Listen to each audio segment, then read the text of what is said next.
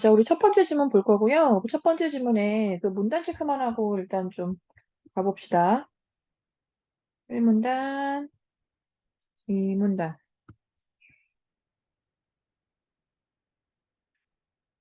3문단, 4문단.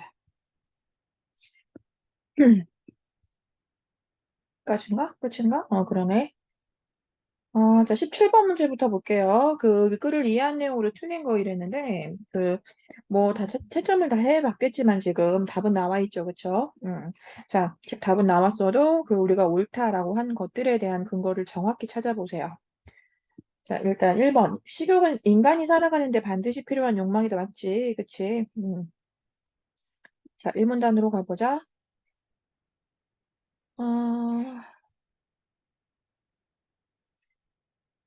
어, 이 지점이죠. 그 식욕이라는 거는 그 인간이 살아가는데 필요한 영양분을 얻기 위해서 반드시 필요한 것이다.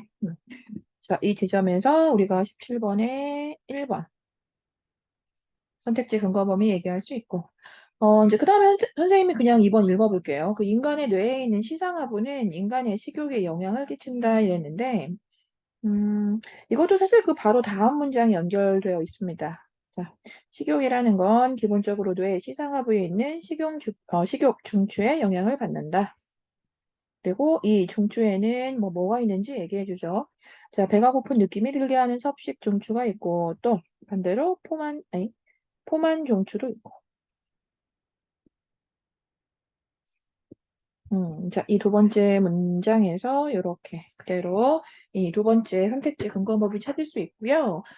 자, 그리고 우리가 이제 3번이 답이었어요. 그 읽어보면 그 위의 운동에 관여하는 오렉신은 전두연합 영역에서 분비된다 이랬는데, 그걸 얘기하고 있는 게 3문단이었나?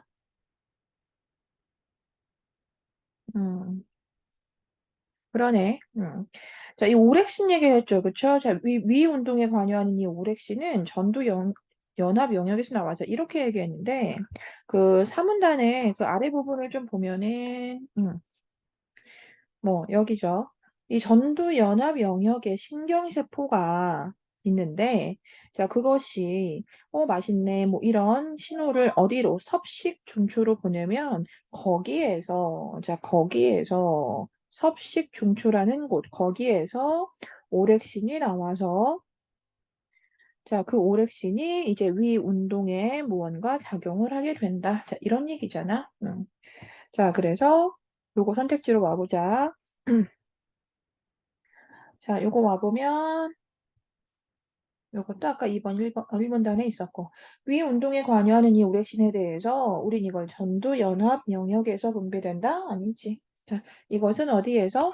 좀 전에 확인했지만, 섭식 중추에서. 자, 이렇게 얘기해야겠죠?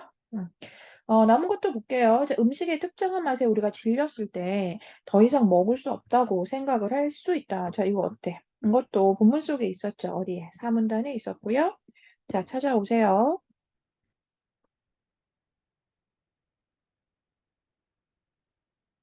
음.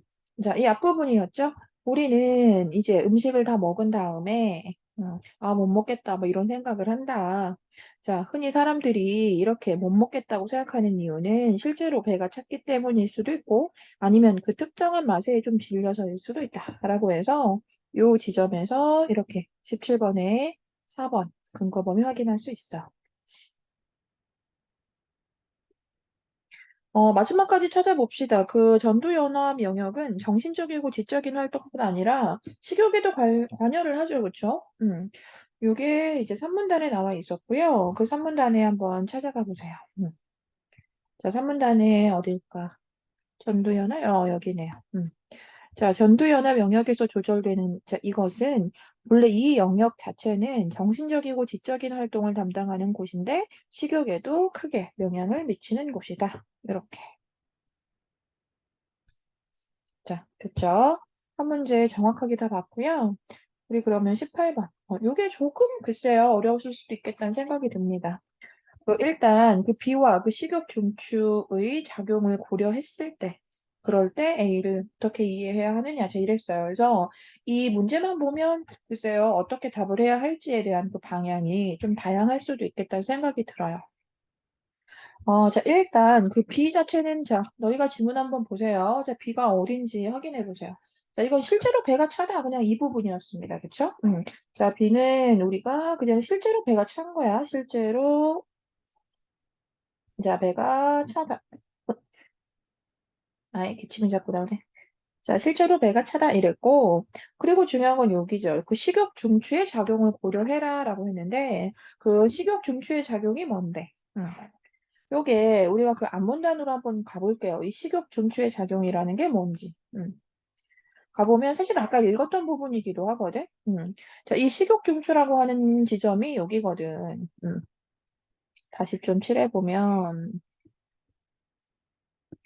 자, 이 식욕 중추의 영향이라고 하는 것이 이제 배가 고픈 느낌을 이제 사람에게 들게 하는 이 섭식 중추라는 것이 있는 영역, 또 배가 부른 느낌, 또 그런 느낌을 주는 또 이 포만 중추가 있는 그 영역이란 말이야. 자, 그래서 이 지점에서 그냥 그대로 연결을 좀 해볼게. 그러니까 이 B하고 실제로 배가 찬 것과 이 식욕 중추의 작용을 고려하면 어때요? 실제로 배가 찼으니까 이 식욕 중추를 여기에서 연결해주면 어떻게? 포만감이 들어야겠죠? 그쵸? 즉, 포만 중추가 아주 활발해야겠네요. 그쵸? 자, 그럼 그런 상태에서 지금, A, 자, A 내용이 뭐냐면, 그 A가 음식을 먹은 다음에 이제 더 이상 못 먹겠다고 생각을 하는데 디저트를 먹는 그거래. 그러니까 자, 이 A를 우리는 어떻게 이해할 수가 있겠어? 실제로 배가 차면 당연히 포만 중추가 활발한데 그 A 부분 연결하면 그러니까 배가 불러서 못 먹겠다는 생각이 든다는 거잖아. 아래에다 써보면 그래서 못 먹겠다는 생각이 든다. 자, 그러니까 좀 전에 우리가 연결한 것과 그냥 그대로 똑같아요. 못 먹겠다는 생각이 든다. 자, 이게 뭔데? 그대로 이렇게 포만 중추가 당연히 여기에서 활발한 것이라고 해야 하잖아. 그런데 그 문장이 어떻게 끝났냐면 못 먹겠다는 생각이 드는데 그런데 어떻게 된다? 디저트를 먹는다. 이렇게 되는 거야. 그러니까 포만 중추는 이렇게 활발한데 이렇게 디저트를 사람이 찾게 된다. 자, 이거야.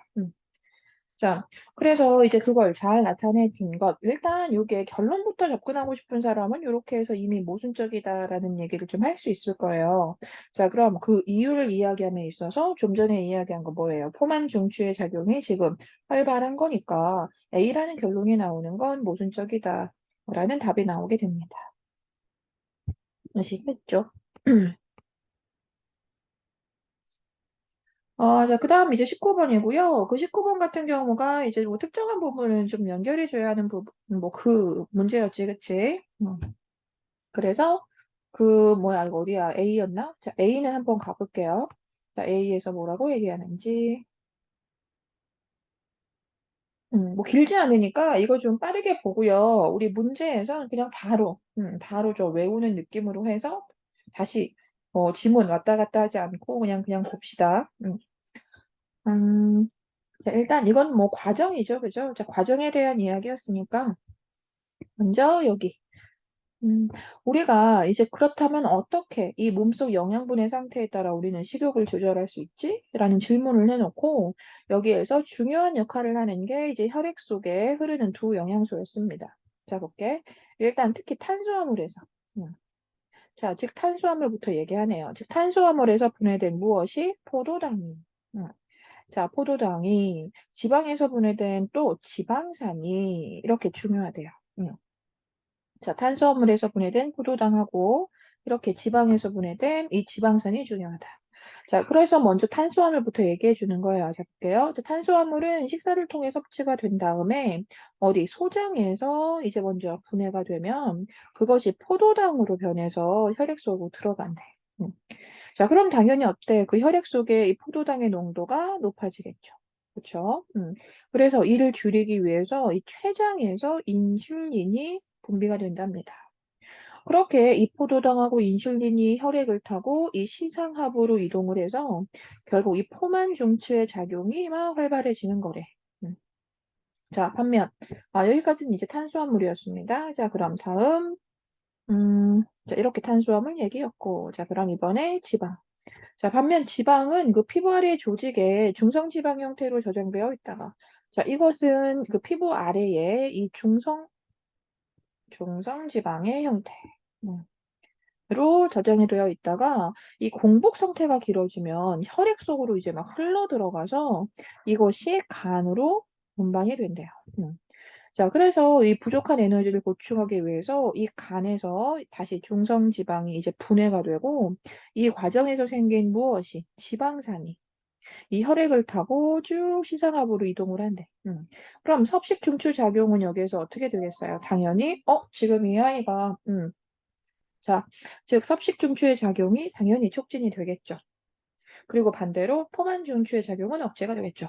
자, 이게 왜 섭식 중추의 작용은 촉진된다라고 해야 돼? 이 지방 자체는 지금 공복 상태가 길어지면 이라는 전제를 가지고 있었잖아. 자, 그래서 이 공복 상태가 길어지면 이 지방 자체가 이제 좀 분해가 되면서 그렇게 지방산이 이 혈액을 타고 막 이동을 하게 되니 자, 그래서 섭식 중추의 작용이 막 촉진이 되는 거. 아시겠죠? 자, 그래서 이 A에서는 이와 같은 내용을 얘기했어. 그럼 19번 문제 바로 연결해서, 좀 전에 읽었으니까 바로 한번 너희들이 말해보세요. 자, 지금 탄수화물이 포함된 식사 전후에 이 혈액 속을 흐르는 물질이 어쩌고저쩌고 막 그랬어. 자, 그럼 먼저, 자, 탄수화물이 분해된다. 그치? 자, 탄수화물이 분해됩니다. 자, 그래서 기억, 무엇이 만들어지지? 포도당이 만들어지지. 그치? 자, 그렇게 해서 이 포도당이 혈액으로 막 흡수가 되면 어때? 자, 포도당의 어떤 농도가 막 이제 올라가게 되죠. 그렇죠? 자, 그러면 이 췌장에서 분비가 된다고 했지. 무엇이 분비가 된다고 했어? 인슐린이 분비가 된다고 했지. 인슐린이 분비가 되지. 자, 그치? 자, 그렇게 해서 이제 이 혈액 속을 막 흐르게 되는 거잖아. 자, 일단 1번 볼게. 그 혈관 속에 이 기억의 양이 줄어들면, 자, 포도당의 양이 줄어들면 니은이 분비된다. 맞아? 아니잖아. 자, 기억의 양이, 즉 포도당의 농도가 어때? 높아지면, 많아지면, 자, 그럴 때 우리는 인슐린이 분비된다라고 했잖아. 자, 그 다음에 혈관 속에 그렇게 기억관이은이 많아져. 그럼 우리 배가 고픈 느낌이 들어? 아니지. 오히려 무엇이 포만 중추가 여기에서 막 활발해진다. 라고 해줘야지. 알겠죠? 자, 그 다음에 이제 디귿 연결해 볼게. 자, 그러다가 이제 공복 상태가 길어지면 이 중성지방이 분해가 된다고 했지. 그치? 자, 이 우리가 피부 조직 아래에 이렇게 저장되어 있던 어떤 지방이라고 해가지고 이제 그것이 이제 분해가 돼서 뭐가 되니? 지방산이 된다. 이렇게 얘기했지? 자, 그렇게 지방산이 이렇게 혈관 속을 흐르다 보면 자, 이것은 무엇을? 결국 배가 고픈 느낌. 그렇게 섭식 중추를 작용 이렇게 활발하게 만들어준다. 자, 이렇게 얘기했었지. 자, 그럼 3번. 자, 공복 상태가 길어지면 기억과 디귿은 자, 공복 상태가 길어지는데 자, 이 두 가지 포도당하고 지방산을 묶어가지고 이것이 지금 식욕 중추에 전달이 된다라고 말할 수 있어? 아니잖아. 음. 이렇게 기억은 빠져야지, 그지? 그다음 4번 뭐 답이었죠? 공복 상태가 길어지면 혈관 속에 이렇게 포도당의 양은 줄어들고 자 이렇게 지방산의 양은 늘어났기 때문이다라고 해줘야겠죠. 그래서 우리 혈액 속에서 이 포도당의 양이 즉 포도당이 이제 많이 이렇게 뭐 혈관 속에 흡수가 돼가지고 그렇게 인슐린과 함께 이제 혈관을 흐르게 되면 우리는 이제 배가 부르다 자 이런 느낌을 받는 것이고 자 그러다가 이제 공복 상태가 길어져서 이렇게 지방산이 또 혈액 속에 흐르게 되면 우리는 이제는 또 배가 고프다 자 이런 생각을 하게 된다라는 내용이었죠. 넘어갑시다. 자, 이렇게 20번 문제고요. 자, 틀린 거 찾아라인데, 자, 이것도 뭐 읽으면서 한번 연결해보자. 일단, 너무 많이 먹어서 배가 터질 것 같아. 이랬어. 그럼 지금 A, 이 아이는 어떠니? 포만 중추가 활발하겠다, 그치? 자, 이 아이는 지금 포만 중추가 활발한 상태야. 자, 그 다음에 B 아이는, 나도 배는 부른데, 내가 좋아하는 떡볶이를 좀 더 먹어야겠어. 라고 했네. 자, 일단 넘어갈게. 자, 그러면서 이제 디저트를 보고 나서 그 A가, 나 예전에 먹어봤는데 정말 맛있었어. 먹어볼까? 자, 이 아이가 좀 전에 배가 불러 이랬거든? 그런데, 더 먹을까? 좋아하는 게 있어. 더 먹을까? 이랬단 말이야. 자, 그럼 우린 이것과 연결할 수 있는 선생님이 좀 전에 읽었던 거 혹시 뭐였어요? 그 18번 문제에서 잠깐 언급했던 이 섭식중추에서 이 아이는 지금 섭식중추에서 무엇이? 오렉신이. 그치? 자, 이 아이는 지금 그렇게 배가 부른데도 뭔가 먹어볼까? 이러고 있거든. 그러니까 섭식중추에서 막 오렉신이 나와서 그렇게 위 공간을 늘릴 수 있겠다. 그치? 그래서 비아이가 너 배부르다며 했더니 먹을 배는 따로 있다고 막 이랬어. 그러면서 와 대단하다. 나는 그냥 입맛에는 별론데 녹차나 먹어야지 그냥 이랬습니다. 음. 자, 1번. 그럼 A는 이 오렉신의 영향으로 그 위에 공간이 더 마련되었을 것이다. 자, 지금 읽은 내용이잖아. 그쵸? 선생님 바로 연결한 내용. 이렇게 A는 오렉신의 영향 맞고, 그래서 위에 공간이 더 마련이 될 것 같다. 오케이. 음.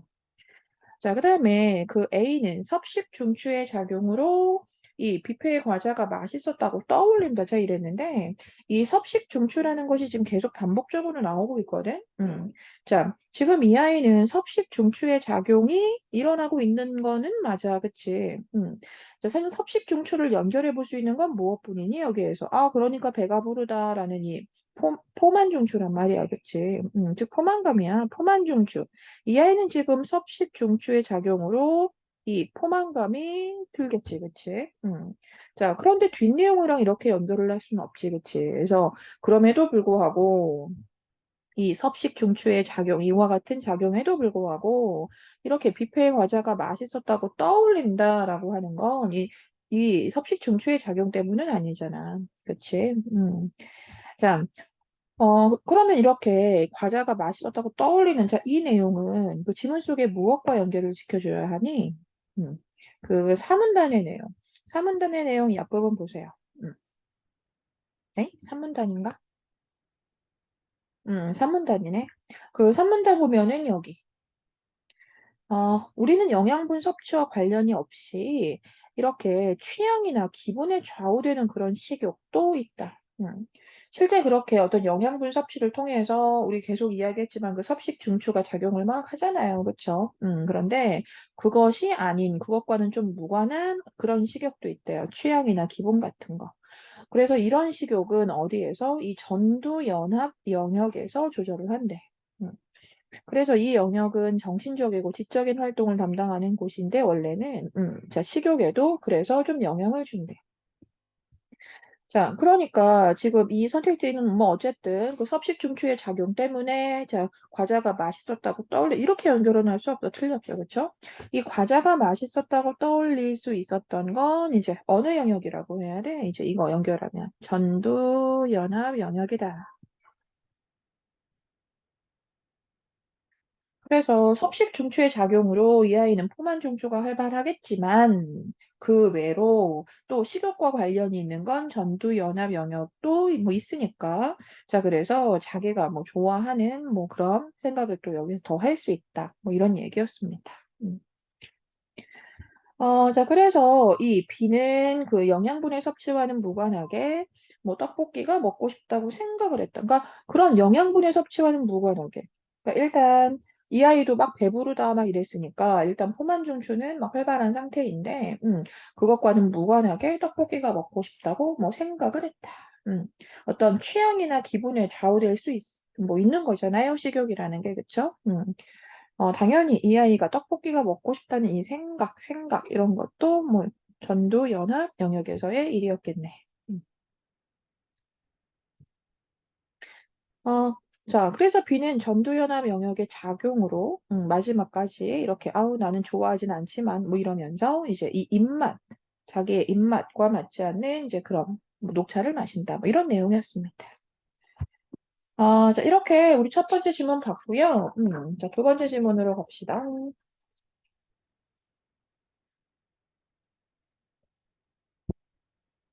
자, 두 번째 질문은 뭐 설명하기보다는 좀 빠르게 읽어보고 갈게요. 자, 보세요. 자, 정약은 조선 후기의 실학자고 인간 본성에 대한 탐구를 한 사람이다. 자, 인간 본성에 대한 탐구를 통해 그 인간의 선한 행위를 설명하는 사람이다. 그 이전까지는 절대적 권위를 가지고 있던 주희의 주자학이라는 게 있었대. 그러니까 즉 정약용의 뭐 이런 어떤 내용을 지금 이야기함에 있어서 이전까지 이 주위의 주작이라는 것이 절대적 권위를 가지고 있었는데 그것을 어땠다? 비판하면서 그렇게 자기의 이론을 새롭게 정립한 그런 사람이랍니다. 그래서 주위와는 전혀 다른 관점을 보여주었다. 라고 했네요. 자, 1문단이었고요. 2문단 갈게. 자, 그래서 지금 주희부터 시작을 해준다는 걸 잘 봐줘야 돼요.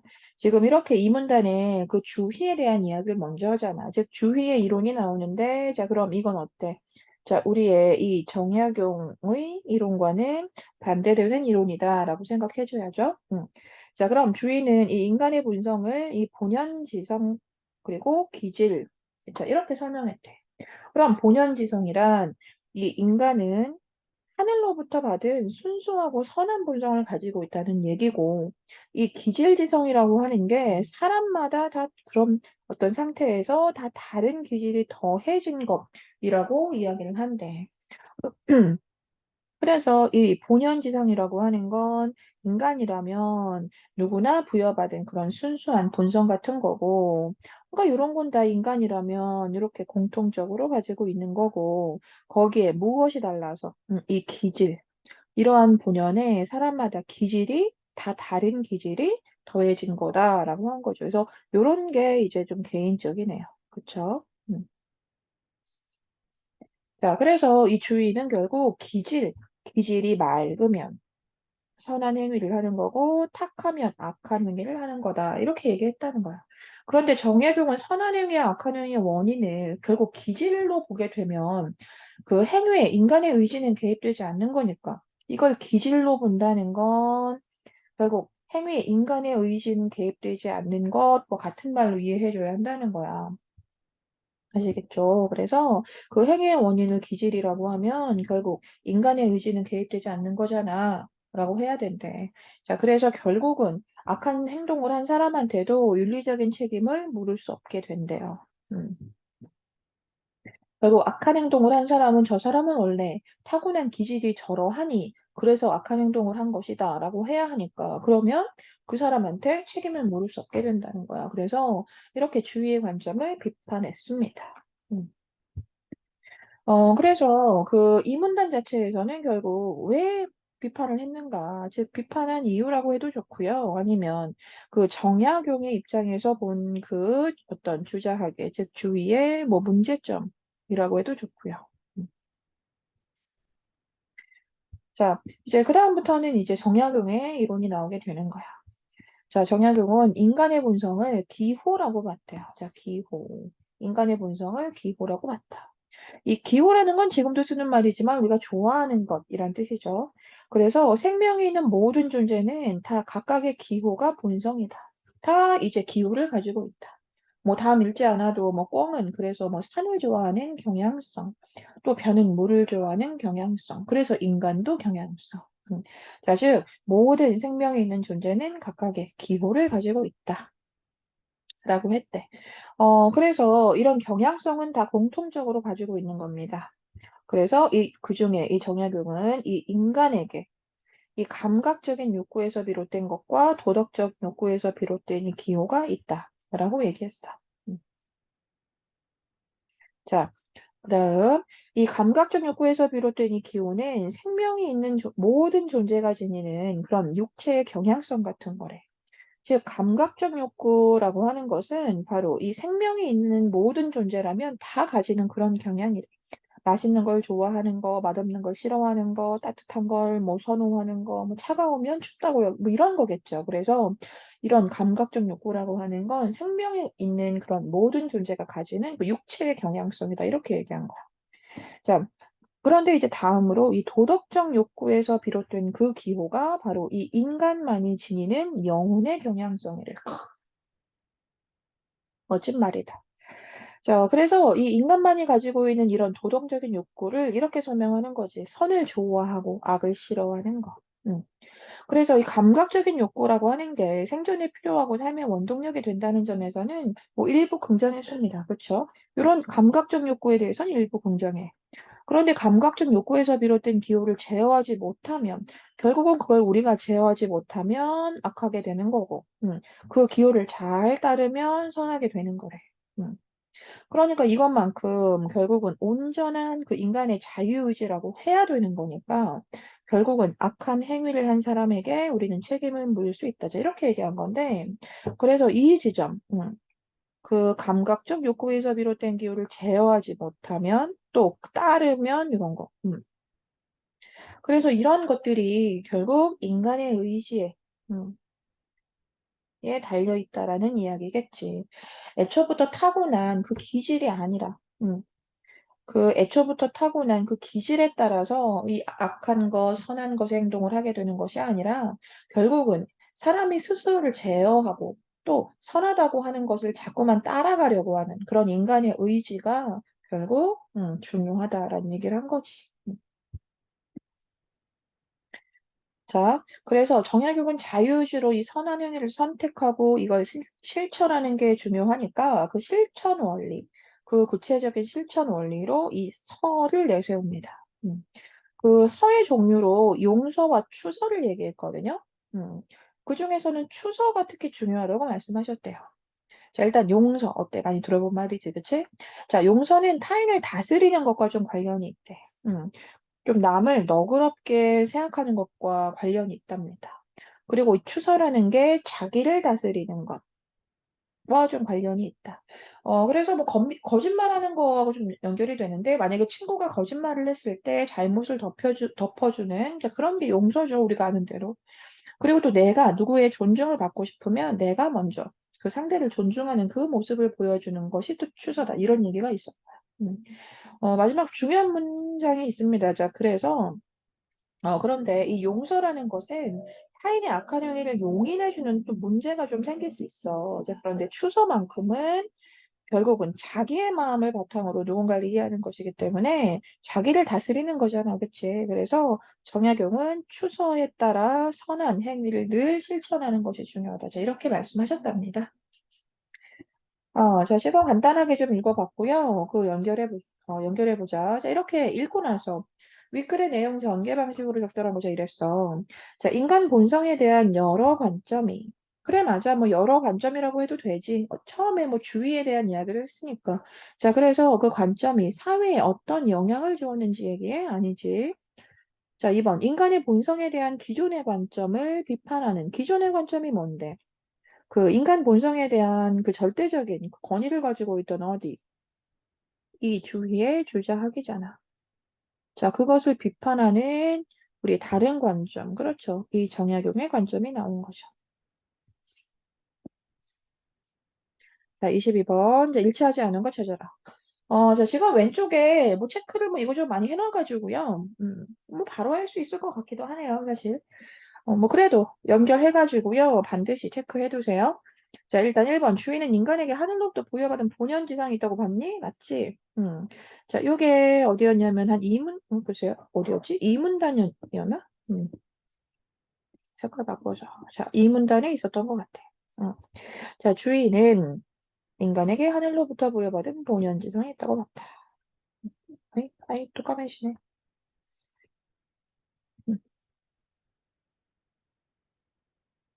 뭐 여기죠. 그 본연지성, 인간이 하늘로부터 부여받은 순수한 선한 본성. 자, 주인은, 맞죠? 자, 이렇게 주인은 인간이 하늘로부터 부여받은 순수하고 선한 본성이 있다고 했습니다. 그게 뭐다? 본연지성이었다.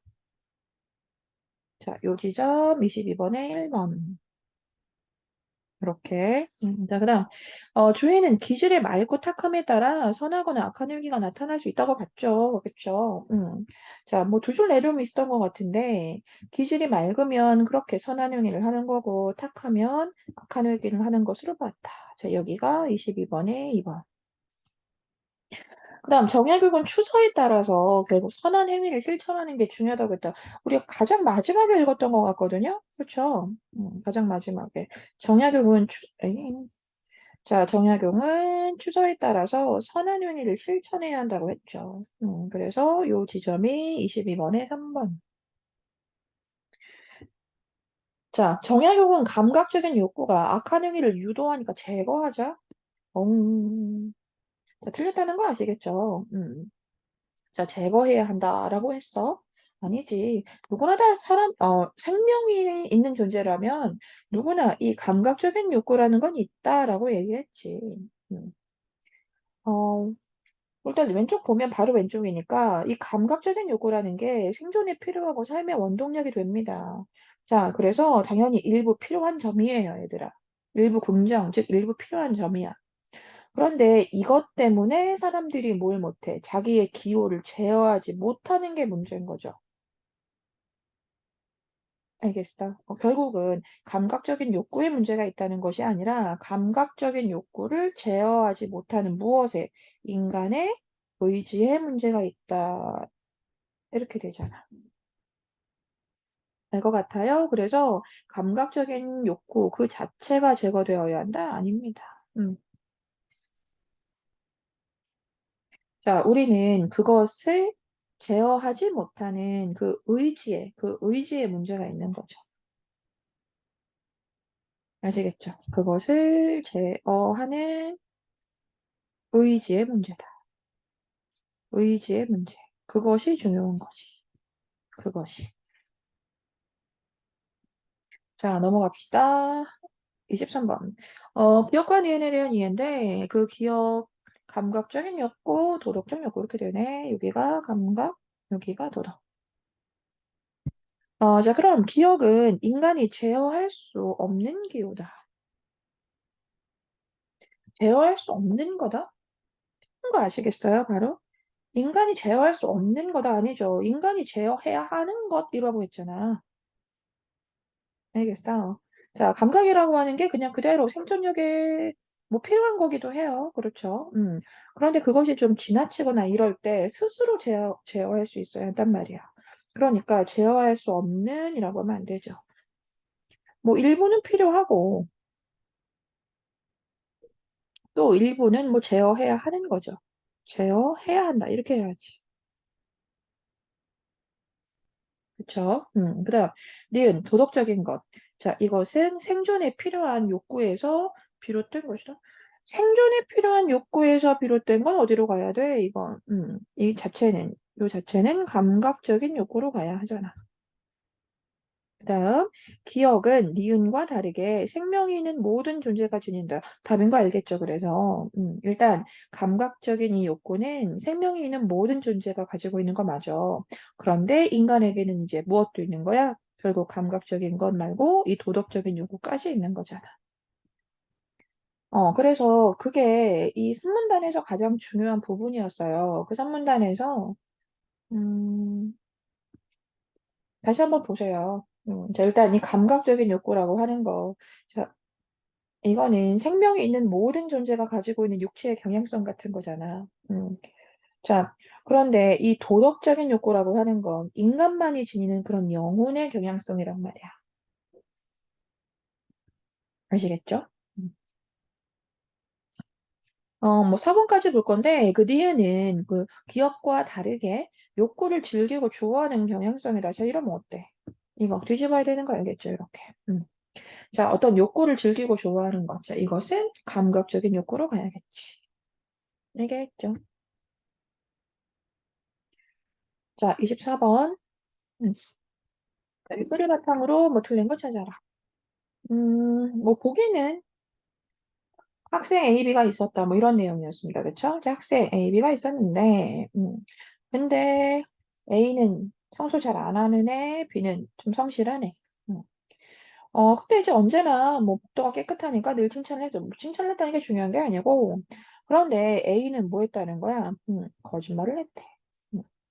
그런데 또 B는 어땠다는 거야? 거짓말을 했다는 걸 알고 있었는데, 이를 내색하지 않고 그냥 자기가 하던 대로 열심히 했대. 그래서 A가 부끄러워졌고, A는 B에게 사과도 하고, 그 이후로 좀 책임감을 가지게 되었대. 음.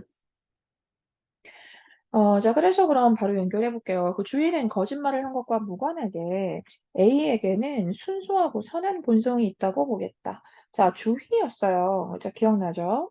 자, 주자학이었는데, 이 주자학에서는 거짓말을 하고 안 하고를 떠나서 모든 인간에겐 뭐가 있다? 순수하고 선한 본성이 있다라고 했잖아. 이건 모든 사람,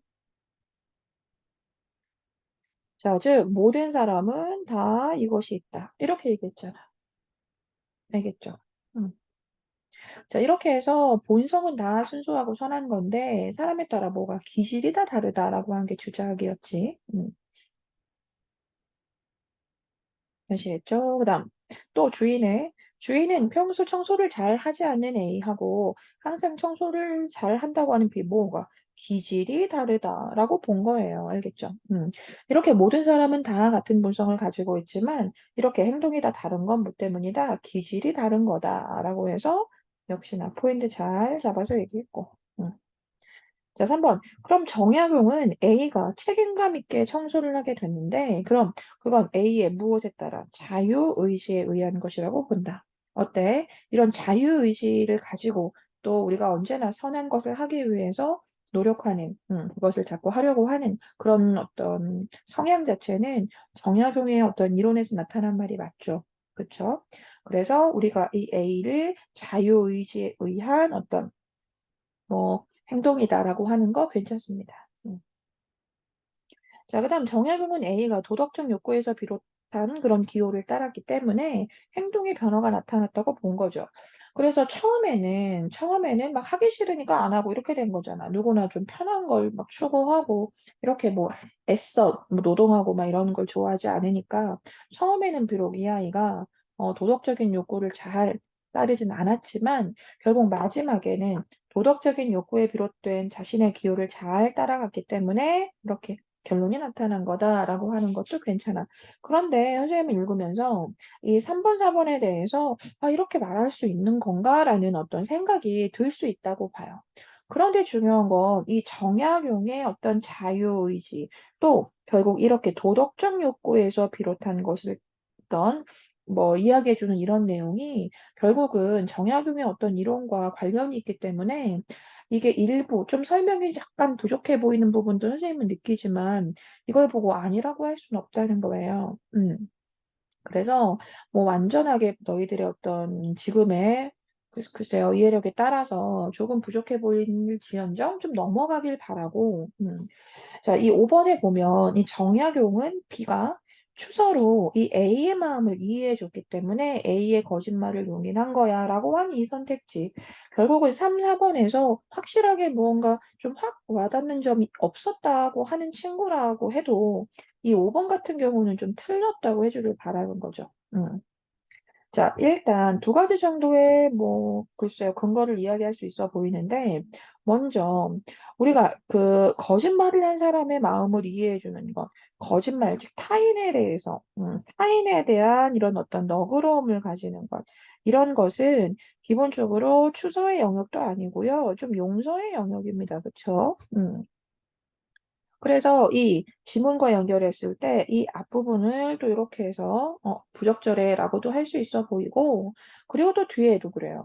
자, 그래서 또 A의 거짓말을 용인한 거구나라고 했어. 그런데 이 지문 속에서는 그 타인의 거짓말을 용인하게 되는 그런 문제점이 있을 수 있지만이라고 했거든. 즉, 지문에서의 이런 어떤 타인의 거짓말을 용인하는 건 문제점의 영역이란 말이야. 음. 그러니까 결국 결과가 좋게 나왔단 말이죠. 이렇게 만약에 지문 속에서 타인의 거짓말을 용인해 주어서 또 무언가 그래서 문제가 더 연이어 나타나는 경우였다면 우린 이런 문장을 연결해 볼 수 있었겠지만 여기에서는 결국 타인의 마음을 내가 너그럽게 이해해주는 그러한 과정을 비롯해서 결국은 A가 좋아진 거잖아. 그러니까 여기에서 이런 용인이 가지고 있는 문제점을 연결할 수는 없지. 알겠어요? 그래서 뭐 요래보나 저래보나 틀렸다는 얘기입니다. 아시겠죠? 자, 마지막.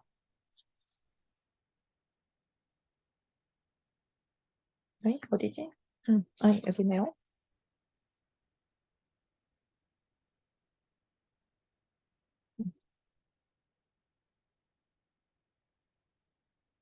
자, 일단 문제만 볼게요. 문제만 보면서 연결하면서 좀 얘기합시다. 자, 아시겠죠?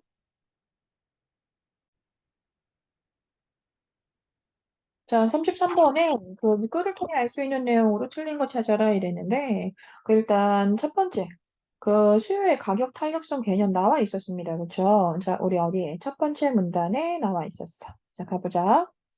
자, 가격 탄력성이라고 하는 게 무엇인가? 음. 가격 탄력성은 가격이 변할 때 수요량이 변하는 그 정도를 나타내는 거다. 뭐 다음도 나와 있지만 그 수요량의 변화가 좀 민감하면 우린 좀 탄력적이라고 하고 그렇지 않으면 좀 비탄력적이라고 한다라고 해서 그 여기에서 가격 탄력성이 무엇인지에 대한 그런 개념이 제시되었다라고 합니다. 자, 그다음에 이 수요의 가격 탄력성 산출 방법인데, 자, 이건 너무 대놓고 나와 있지 않았니, 얘들아? 애초에 이거 어떻게 계산할 수 있을까라고 해서 뭐 이렇게 무엇을 무엇으로 나눈 값이야 뭐 이랬잖아. 그래서 이건 뭐 쓰지 않더라도 그다음에 이게 3번에 상품 판매자의 판매 수입 산출 방법인데, 그 마지막 문단에 보면 이런 게 있어요. 우리가 수요의 가격 탄력성은 총 수입에 큰 영향을 준다. 이 총 수입이라고 하는 거, 아니, 뭐 더 안 읽을게요. 그냥 바로 답만 보면 여기. 이는 상품 가격의 거래량을 곱한 수치다. 자, 이렇게. 보이시죠? 자, 이렇게 해서 이제 이 판매, 수입, 산출 방법도 나와 있고요. 자, 그 다음에 4번 같은 경우가 여기가 33번에 3번. 자, 그 다음에 이 대체재의 유무가 이 수요의 가격 탄력성에 미치는 영향, 자, 대체재의 유무에 따라. 그 두 번째 문단이 그랬죠, 그쵸? 두 번째 문단 보면 이 대체재의 존재 여부가 중요하다. 그래서 이 대체재가 존재하면, 결국 그 상품은 아주 탄력적인 그런 상품이 됩니다. 그 상품의 가격 탄력성은 아주 높다, 탄력적이다라고 하게 돼요. 자, 그리고 나온 김에 그 다운 5번이니까 그 5번 내용이 그 수요의 가격 탄력성에 영향을 주는 요인들 간의 관계라고 되어 있는데, 이 가격 탄력성에 영향을 주는 그 요인 자체가 세 가지 있다라고 해가지고 여기에서 이렇게 첫 번째는 대체재가 있는가 없는가. 자, 그 다음에 또 읽다 보면 두 번째는 필요성의 정도에 따라 이렇게 얘기해. 필요성의 정도에 따라. 예를 들어 필수재 같은 경우에는 당연히 뭐 가격이 올라가도 우리가 늘 구매할 수밖에 없는 뭐 그런 거잖아요. 필수재라고 하는 게 필수품이 뭐 그런 거죠. 그래서 이 필수품 같은 경우에는 가격 탄력성이 어떻다고 해야 돼? 좀 낮다 이렇게 얘기해 줘야겠죠. 그래서 비탄력적이고 또 사치재 같은 경우에는 이제 가격이 올라가면 뭐 굳이 필요하지 않으니까 사람들이 사지 않겠죠. 그래서 결국은 가격 탄력성을 얘기할 때 좀 탄력적이다 이렇게 이야기하게 된답니다. 자, 그리고 이제 마지막 세 번째. 자, 세 번째에서 이 소득에서 그 지출이 차지하는 그 비중. 자, 이렇게 했어요. 그래서 만약에 그 지출이 좀 내 소득에서 차지하는 비중이 좀 높은 거라면 당연히 우리가 그, 어떤 뭐 금액 인상에 대해서 우리는 좀 예민하게 생각할 수밖에 없겠죠. 자, 그래서 만약에 비중이 높으면 탄력성은 커지는 거. 그리고 뭐 아니면 반대. 뭐 이렇게 되는 거죠. 음. 자, 그래서 일단 뭐 문제로 다시 오시고, 그렇게 해서 그 마지막에 5번이 답인 이유가 우리가 수요의 가격 탄력성에 영향을 주는 요인들을 봤잖아. 그 요인들은 무엇이 있는지, 그 요인의 종류를 쭉 봤습니다. 자, 그래서 그것들의 관계를 다시 한번 봤니? 아니잖아.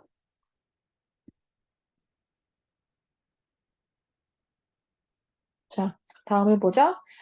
쌀을 주식으로 하는 갑국은 이라고 했어. 지금 방금 전에 읽었던 거니까 이것을 보면서 연결할 수 있는 게 뭐냐면 쌀이 주식인 나라가 있고, 음, 자, 그럼 밀을 주식으로 하는 나라에 비해서 야, 쌀이 주식이라면 당연히 어떻게 얘기해 줘야 하니? 그것이 무엇이다. 어떤 필요성의 정도에 따라서 필요성의 정도에 따라서 이 탄력성이 달라지는 뭐 그 내용을 이야기하려나 보다라고 해야겠죠. 그래서 이 필요성의 정도에 따라 우리가 좀 전에 읽었던 대로 필수제가 있고 그리고 또 사치제가 있잖아. 그치?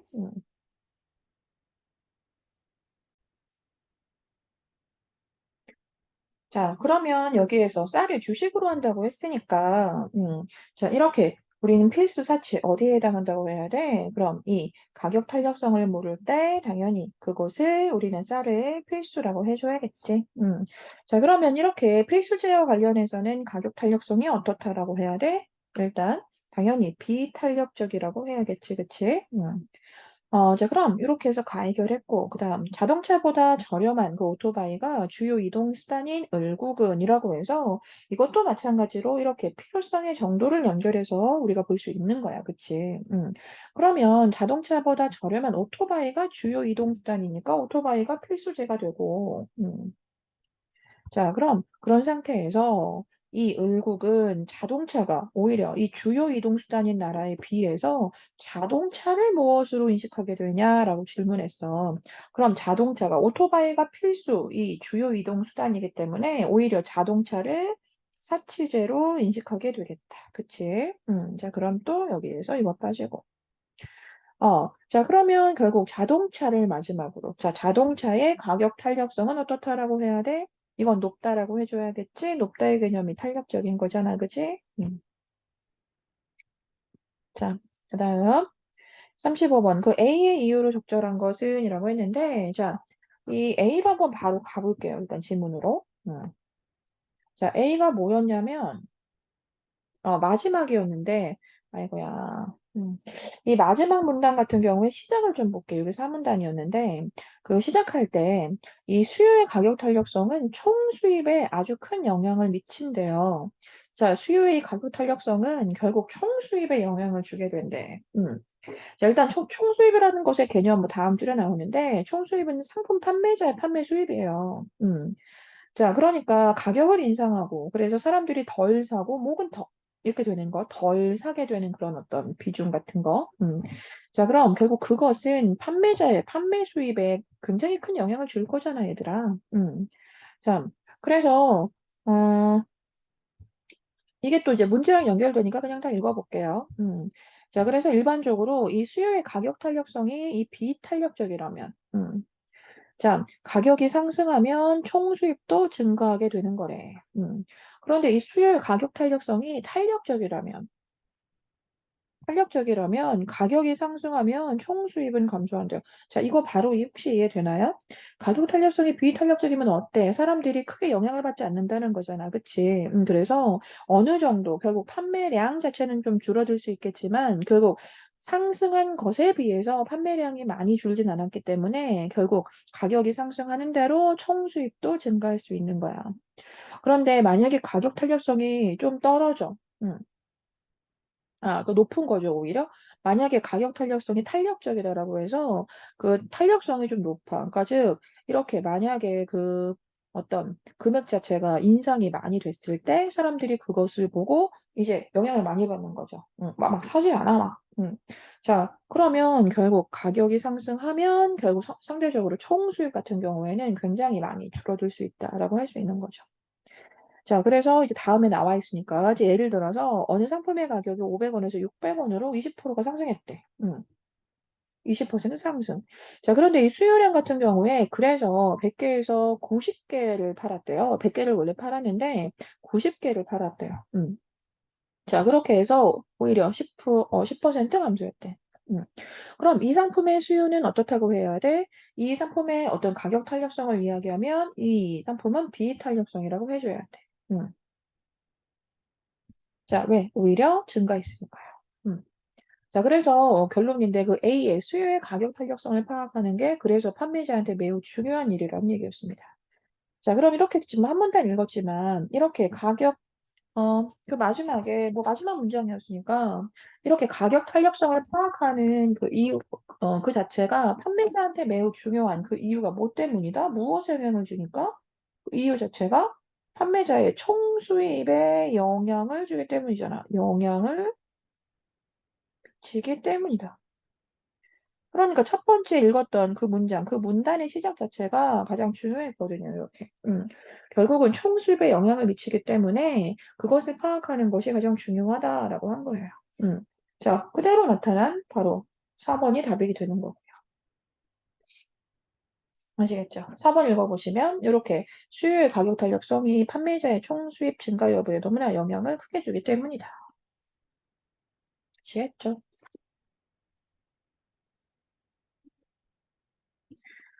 자, 이건 일단 이 지점을 좀 잘 파악하면 되거든요. 우리가 수치적으로. 네, 일단 이것은 가격 인상 이후, 가격이 인상되었는데 그 이후에 이 수요량 감소를 한번 나타내 봤대요. 음. 자, 그러면 여기에서 이제 김밥이 기존엔 2,000원이었대. 그런데 500원의 가격 인상이 일어났대. 그러면 얼마나 일어났다고 해야 되나? 가격 인상이 25% 일어났다고 하면 되겠다. 그치? 자, 이 25%의 가격 인상이 일어났습니다. 그쵸? 자, 그래서 기존에는 100개를 팔았는데 수요량 변화를 보니까 20개가 줄어들었대요. 그쵸? 자, 20개가 줄어들었답니다. 그럼 여기는 어때요? 아, 20%가 감소했네요. 아시겠죠? 자, 25% 가격 인상을 했더니 결국 20%가 줄어들었다. 이렇게 됩니다. 그럼 영화 관람권 같은 경우는 이제 10,000원이었는데 그 2,000원을 인상할 예정인가 봐. 자, 그러면 여기에서는 20%구나. 자, 이렇게 20%의 가격을 인상했습니다. 자, 그랬더니 원래는 그 2,500장이 팔리는데 수요량 변화분의 1,000장이 나타났대요.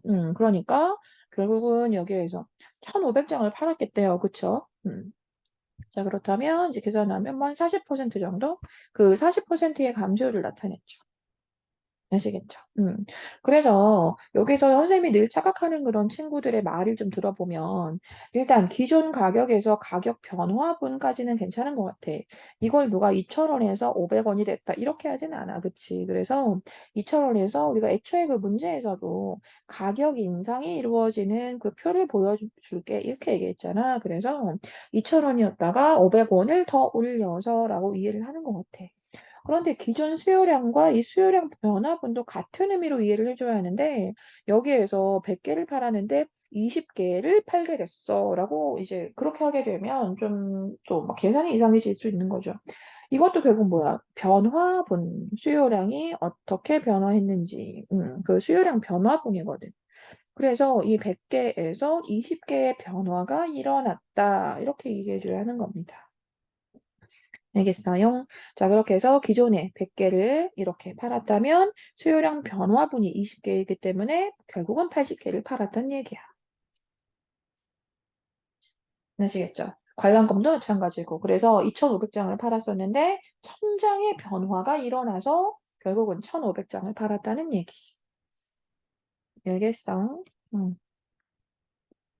자, 그럼 어쨌든 뭐 문제에서도 얘기하겠지만 지금 이렇게 나왔습니다. 자, 그럼 가격 탄력성하고 한번 연결해 볼게요. 이 가격 탄력성하고 연결해 보면 이것도 어려운 거 아니야, 얘들아. 가격 탄력성 어디 갔지? 아, 여기 있다. 이거 예를 들어 설명해 주는 부분까지도 다 나타나 있었기 때문에 예를 들어서 만약에 10% 인상이 됐는데 20%가 감소했어. 자, 그러면 이 수요량의 변화율은 가격 변화율의 무엇이다? 이 두 배다 이렇게 되는 거잖아. 그래서 가격 탄력성이 그냥 그대로 뭐가 된다? 2가 된다. 그러니까 이 가격 탄력성이 크다, 높다. 라고 하는 거. 자, 그런 거. 결국은 판매자의 총수입까지도 연결해 볼 수 있는데, 판매자의 총수입은 또 낮아진다. 이렇게 해야 되는 거잖아.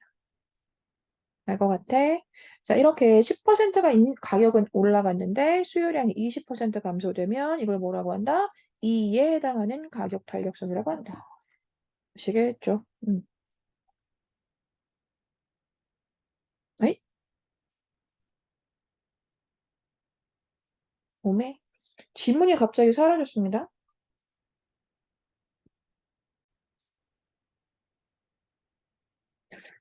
지금 지문이 갑자기 꺼져서 다시 켰는데 이게 지금 나오고 있는지 잘 모르겠네요. 녹화를 다 해봐야 할 것 같네요, 선생님이. 뭐 일단 어쨌든 이어서 가볼게요. 뭐 이게 보일까요? 궁금하네 나도. 어, 자, 뭐 아무튼 그래서 지금 다시 한번 써보자면 자 여기에서 우리가 얼마 얘기했더라? 자 25%의 어떤 변화. 그런데 수요량 변화에서는 20%. 자, 영어 관람권 같은 경우에는 이제 20%가 인상된 것에 비해서 이렇게 수요량 변화를 보면 40%. 맞죠? 자, 그래서 우리가 지금 가격, 탄력성까지 연결을 하려고 하고 있었는데, 자, 그 상태에서, 자, 그러면 좀 전에 읽은 내용이랑 연결했을 때, 자, 여기에서 20%가 올랐는데 40%의 변화가 생겨. 가격 탄력성 뭐라고 해줘야 돼? 와, 이건 2다. 자, 이렇게 해줘야지. 그치? 자, 그럼 여기 같은 경우에는 어때요? 뭔지 모르지만 1보다 적네요. 그쵸? 1보다 작아요, 지금. 자, 25%의 그런 가격 인상률을 보이는데, 이제 수요량 변화는 20%밖에 되지 않기 때문에 어쨌든 1보다 작잖아. 음, 알겠죠? 음. 자, 그럼 1번 김밥은 가격의 변화율, 그 위에 나와 있죠? 자, 가격의 변화율이 수요량의 변화율보다 작다. 작니? 아니요. 큰데요? 자, 그 다음 영어 관람격의 관람권의 가격의 변화율이 자, 수요량의 변화율보다 크니? 아니요. 작은데요? 자, 김밥과 영화 관람권의 관람권 수요 가격 탄력성을 모두 1보다 작다? 하나는 지금 가격 탄력성이 2고요. 하나는 1보다 작아요. 알겠죠? 지금 모두 1보다 작다 이럴 수 없죠. 그렇죠? 자, 그다음 김밥과 영화 관람권은 가격의 변화율에 대한 수요량의 3번, 4번이 같은 얘기인 것 같은데 선택지가 자, 그래서 이 둘을 묶어서 변화율이 같다. 자, 이렇게 말할 수 없다는 거 아시겠죠?